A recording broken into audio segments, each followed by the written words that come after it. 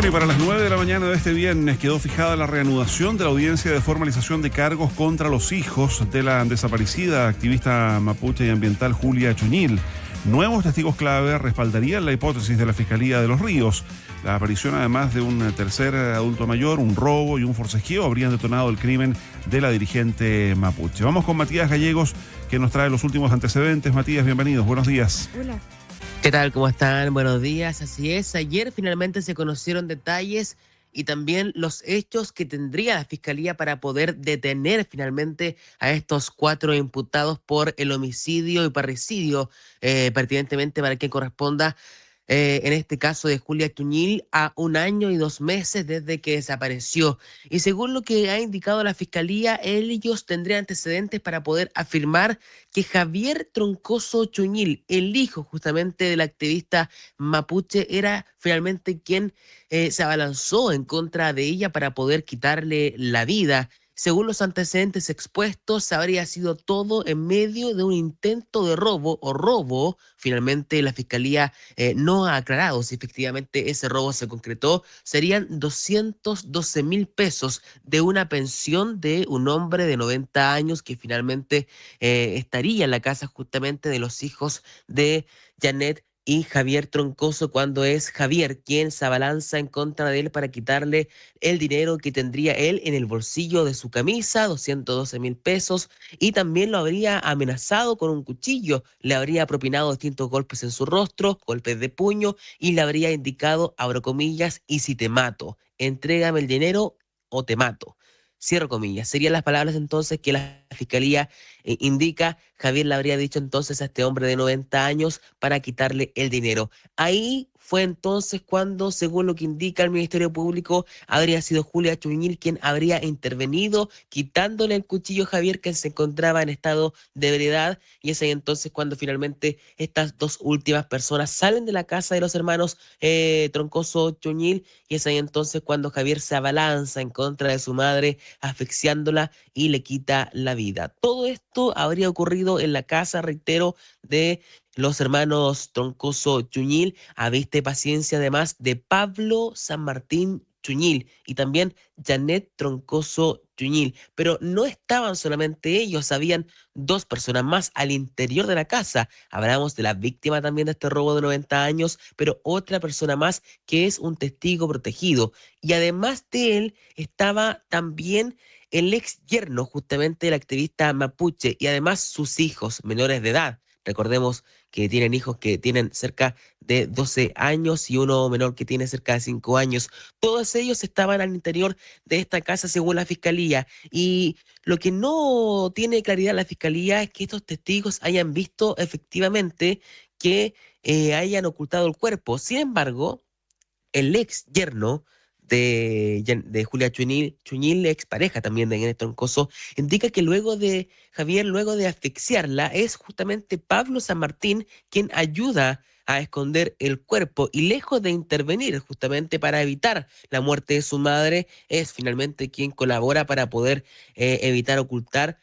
para poder ocultar la evidencia justamente de este parricidio. La llevan al interior del bosque, según las palabras que indica el ex yerno en una declaración formal que entrega a la Fiscalía, que puede ser ocupada finalmente en esta audiencia de formalización de cargos, algo que no había podido ocurrir los días anteriores. Recordemos que el ex yerno intenta colaborar en reiteradas ocasiones, él se arrepiente, finalmente la Fiscalía logra esta confesión por parte de él y dice que los hijos Pablo y Javier llevan a su madre al bosque. Sin embargo, él no logra ver el lugar exacto en donde fue ocultado el cuerpo.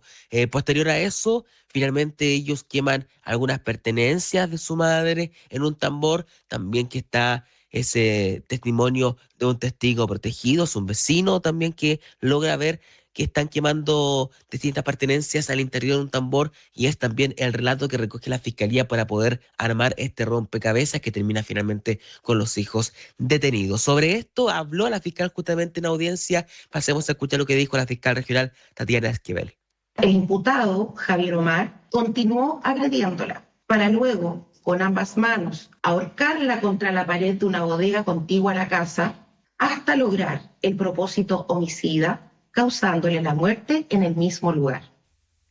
Ya, ahí está el relato de los hechos que hace la Fiscalía, una parte de ese relato extenso de la historia que cuenta la fiscal regional de Los Ríos, Tatiana Esquivel, Matías, que plantea también que Julia Chuñil habría experimentado diferentes episodios de violencia intrafamiliar, particularmente a manos de sus hijos, del mismo, de Juan Pablo Troncoso, de Javier Troncoso, quiero decir, lo que habría comentado ella públicamente varias veces con vecinos y también en una iglesia evangélica a la que asistía regularmente. Aquí lo que termina pasando y lo que le permite a la Fiscalía llegar hasta acá es el exyerno que rompe y termina con un pacto de silencio que en todo este tiempo había generado toda una serie de especulaciones, de teorías en torno a la desaparición de Julia Chuñil. Recordemos que su hijo Pablo ha encabezado particularmente todo este tiempo una campaña apuntando a un crimen contra una dirigente medioambiental allá en la región de Los Ríos. Eso es lo primero. Y lo segundo, además ayer, después se supo que había sido encontrado golpeado y en muy malas condiciones este adulto mayor de 90 años que habría sido el objeto del robo por parte de Javier Troncoso, al que habría defendido Julia Chuñil y que después deriva en esta historia de crimen, tal como lo relata al menos la Fiscalía, ¿no? Sí. Allí lo revelamos de forma exclusiva este antecedente importantísimo que es el testigo clave. La Fiscalía maneja 4 nombres protegidos, evidentemente, de acuerdo a lo que se ha expuesto en la audiencia, que habrían ayudado a desenredar, ¿no?, esta trama que ha sido muy confusa, pero que la Fiscalía para ellos tiene antecedentes concretos, con lo que pueden lograr la prisión preventiva y un plazo de investigación prudente para que finalmente después se llegue a un juicio.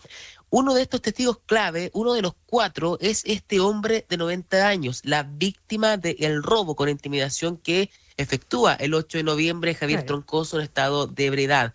Y él fue encontrado en avanzado estado de desnutrición en una vivienda cercana a la casa de los hermanos Troncoso Chuñil y también con distintos golpes que lo mantienen ahora graves. Son lesiones de carácter grave las que él tiene y se encuentra internado en el hospital base de Valdivia. Y en paralelo a eso, también hacía mención a este pacto de silencio que se habría roto justamente. Sobre eso hay que decir que al momento de su detención, el ex yerno habría indicado además a carabineros cuando lo están esposando, abro comillas, indicó: yo no fui, fue Javier, yo soy inocente, yo no hice nada, cierro comillas. Son las palabras que él habría dicho a carabineros. Desde ahí entonces se muestra esta actitud que él tendría a colaborar y finalmente carabineros le indica que él tiene derecho a guardar silencio, que todo lo que diga puede ser usado en su contra y dicen tiene que ponerse en contacto con su abogado.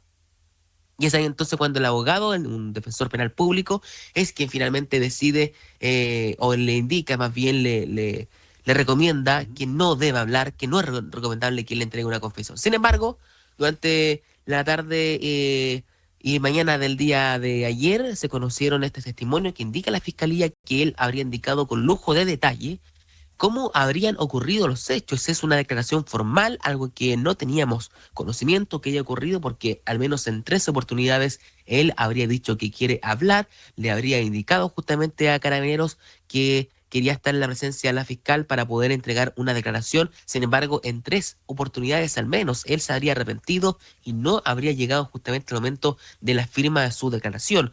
Es ahí entonces cuando conocemos finalmente el día de ayer en audiencia que esa declaración formal se entregó, se puede ocupar durante esta audiencia, es una evidencia que no puede ser objetada. Sin embargo, Karina Riquelme, la abogada también de los hermanos Chuñil, indicó que al menos 3 de los testigos que maneja la Fiscalía tendrían algún grado de deficiencia mental. Es el concepto que ella ocupó justamente y que va a buscar poder que estas pruebas queden invalidadas delante del juez.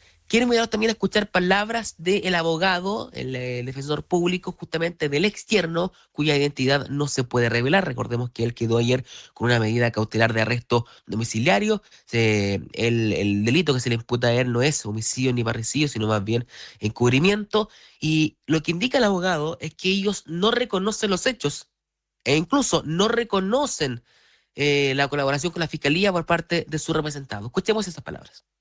Nosotros como defensa sostenemos que él no tiene participación en los hechos y es lo que vamos a mantener durante el curso del Y él no estaba, causa. él no estaba en la casa cuando fue el homicidio. ¿Dónde estaba él al ¿Dónde momento del estaba él homicidio? el día del homicidio? Eso es materia de la investigación y nosotros vamos a ver si durante la investigación se presta una declaración en esos términos. Pero entonces ustedes conocen la teoría inicial de la Fiscalía. Evidentemente tenemos teorías del caso distintas.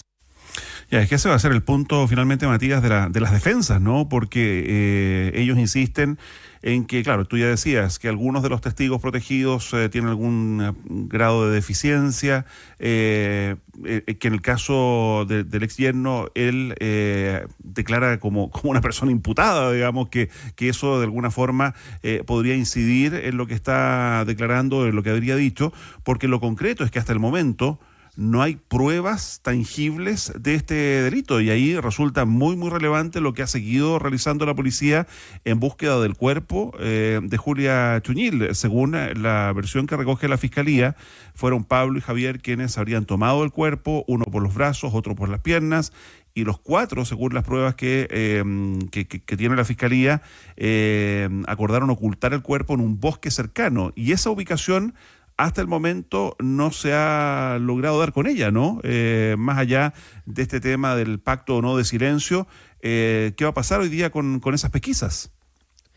Sí, y también sobre eso hay que decir que la Fiscalía maneja antecedentes de mensajes que estaban en los teléfonos de los imputados donde se ponían de acuerdo en lo que tenían que decir.